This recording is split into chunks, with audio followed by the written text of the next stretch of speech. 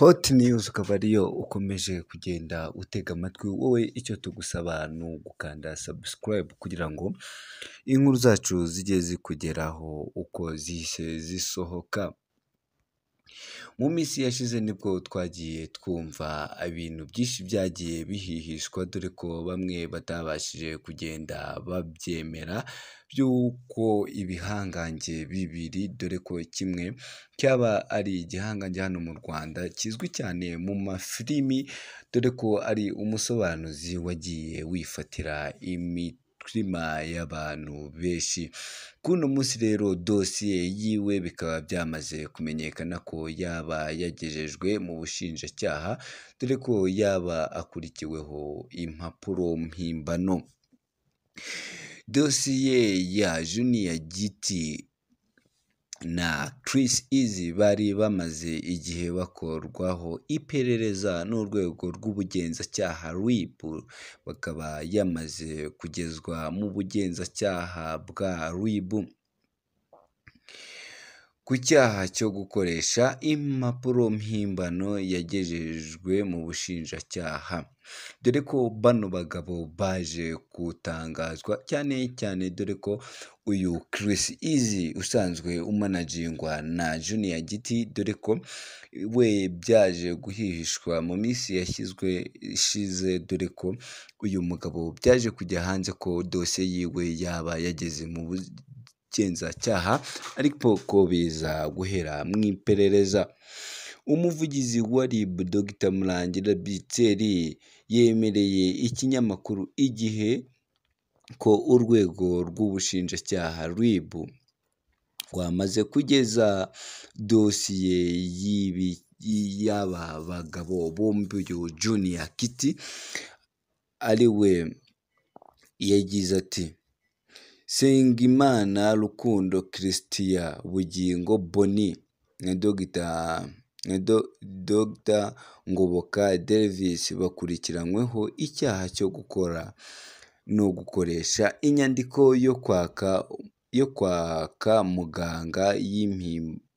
kwaka muganga impapuro mpimbano itanga ikiruhuko. Dosiye yabo uko ari batatu yoherejwe mu bushinjacyaha kuri tariki ya 3 Mata 2023, bazakurikiranwaho badafunzwe. Sengimana niwe Chris Easy, mu gihe Bugingo ari we Junior Giti. Bivuga ko bombi bakoresheje urwandiko baregwa nyuma yo kutabasha kwitabira igitaramo bari batumiwemo muri Musanze Clever Hotel i Musanze ku wa 14 Mutarama 2023. Uwahaye Igihe amakuru yavuze ko aba bananiwe kujya kuririmba mu gitaramo i Musanze no gusubiza amafaranga bari bahawe, bagahitamo gukoresha urwandiko ruhimba ko Chris Easy arwaye kandi ko yahawe ikiruhuko cyo kwa muganga. Byabaye muri Gashyantare 2023, ubwo Chris Easy yari yasabwe na RIB kwitaba akisobanura ku iperereza yari arimo akorwaho. Ubuyobozi bwa hoteli yagombaga kuririmbamo bwifuza ko uretse gusubizwa amafaranga bahabwa n'indishyi z'igihombo bagize uwo munsi. Bivuga ko Chris Easy yari amaze guhabwa ibihumbi 500 kugira ngo azaririmbe.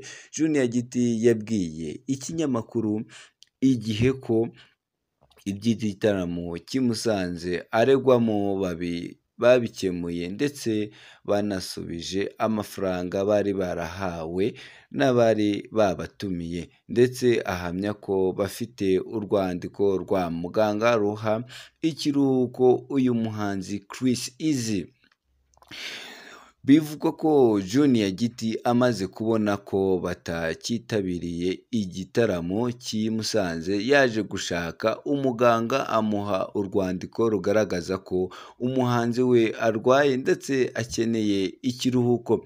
Uyu muganga ngo yakoze urwandiko ariko ntaho yahuriye na Chris Easy ngo amusuzume. Uru ni rwo rwandiko rwifashishijwe bagaragaza ko uyu muhanzi igihe yari kwitabira igitaramo yagombaga gukorera mu karere ka Musanze yari arwaye ndetse yari yasabwe na muganga akaruhuko.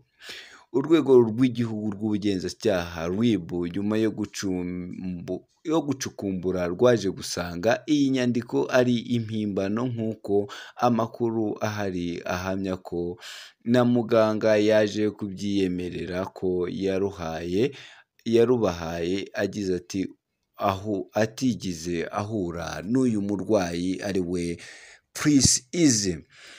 Mu gutanga ubutumwa Dr Murangira Thierry yasabye abantu kwirinda guhimba cyangwa gukoresha inyandiko mpimbano cyangwa itavugisha ukuri kuko ari icyaha gihanwa n'amategeko.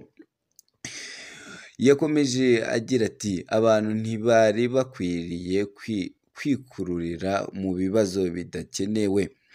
Ugendeye ku rugero rw'abari gukurikiranwa muri iki kibazo, ni ibintu byagombaga kwirindwa. Mbere yo gukora ikintu bajye babanza kwibaza niba ibyo bagiye gukora nta ngaruka bifite.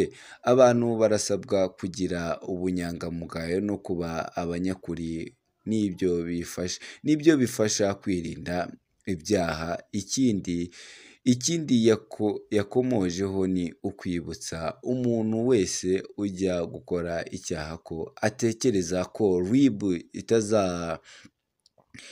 itazabitahura yibeshya cyane. Yagize ati ubushobozi n'ubushake bwo gutahura no kugenza ibyaha abagenzacyaha barabufite, bityo rero abantu barasabwa kuzibukira.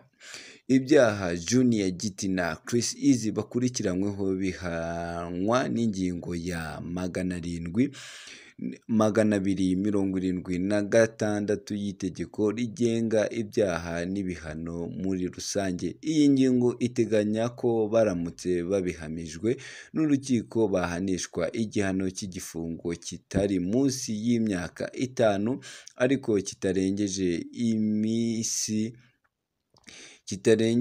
7 n'izahabu y'amafaranga atari munsi ya $5,000 ariko atarengeje $5,000 cyangwa kimwe muri ibyo bihano.